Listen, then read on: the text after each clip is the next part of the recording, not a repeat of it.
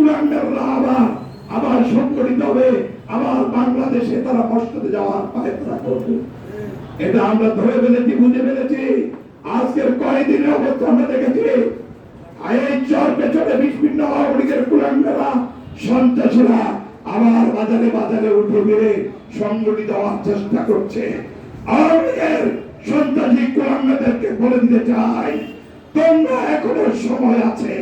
তোমাদের নেত্রী অপকর্মের জন্য ন্যায্য গুটিয়ে বাংলাদেশ থেকে পালিয়েছে। তোমাদের নেতা এই অপকর্মের জন্য আজকে জেল হাজতে আছে।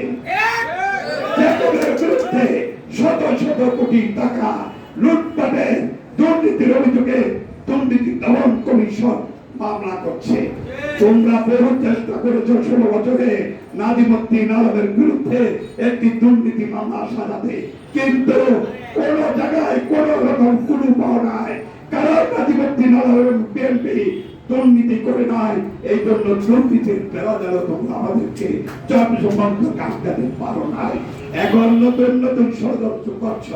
আপনারা জানেন যে চর পেছনে রিক্সা, অটো রিক্সা, টেম্পো, বোরাক, বিভিন্ন যানবাহন দিয়ে কিছু লোক বিভ্রান্ত সৃষ্টি করছে। আমরা স্পষ্ট কথা বলে দিতে চাই, আমরা এখানে নৌবাহিনীর যিনি চিফ ছিলেন, চর পেছনে পুলিশ বাহিনীর যিনি প্রধান ছিলেন এবং তার সাথে আমরা মিটিং করেছি দফায় দফায়। আমরা সবাইকে সাথেই কথা বলেছি। আজকে কিছু মিথ্যাবাদী লোক যাদেরকে আমরা ওই বৈঠকে দেখেছিলাম যে আসেন ইউরোপের সামনে, ওই প্রশাসনের সামনে আমরা আলোচনা করবো, তারা আসে নাই।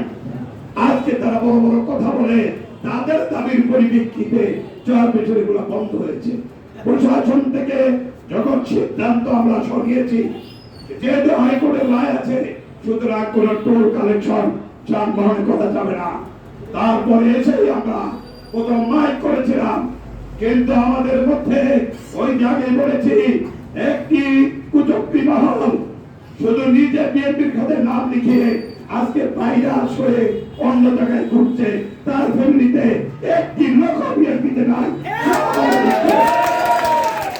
যারা বিএনপির 17 বছর আমাদের পাশে বসতে পারে নাই, যারা আন্দোলন সংগ্রামে কোন নেতৃত্ব দিতে পারে নাই, তাদের যোগ্যতা ছিল না আমাদের সামনে কথা বলা।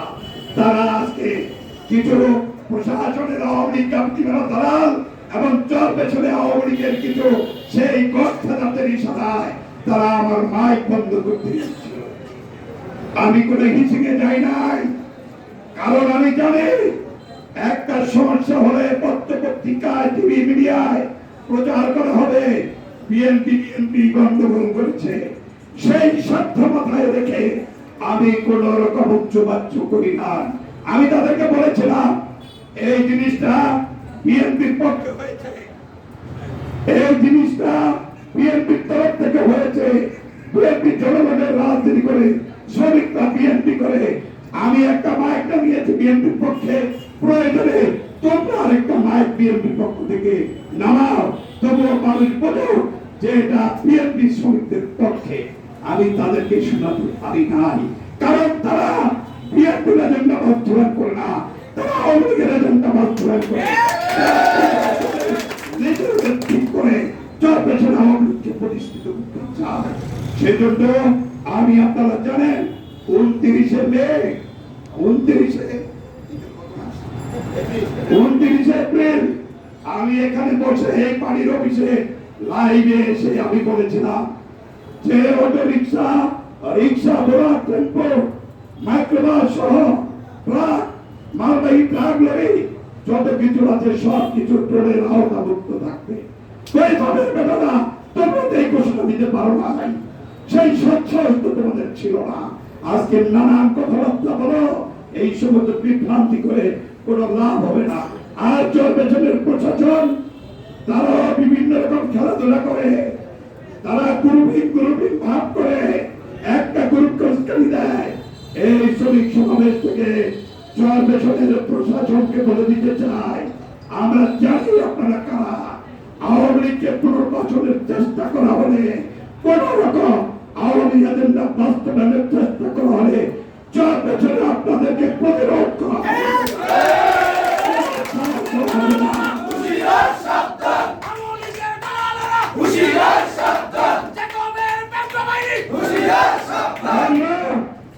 আমরা 74-75-এ ওই আওয়ামী লীগের পেটো বাহিনী ওই রক্ষী বাহিনীর বিরুদ্ধে আমরা এখানে আন্দোলন করেছি।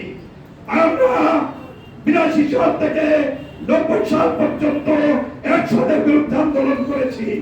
আমরা ওই 7 সাল থেকে ওই ফখরুদ্দিন সরকারের বিরুদ্ধে আন্দোলন করেছি। আমরা 9 সাল থেকে আজকে 24 সাল পর্যন্ত আওয়ামী লীগের বিরুদ্ধে আমরা দুর্বার আন্দোলন করেছি। আমাদের ছাত্র নেতা রাজ্জাক সহ 7 জনকে আমাদের চরপেশরে প্রাণ দিতে হয়েছে। মীর বাদল সহ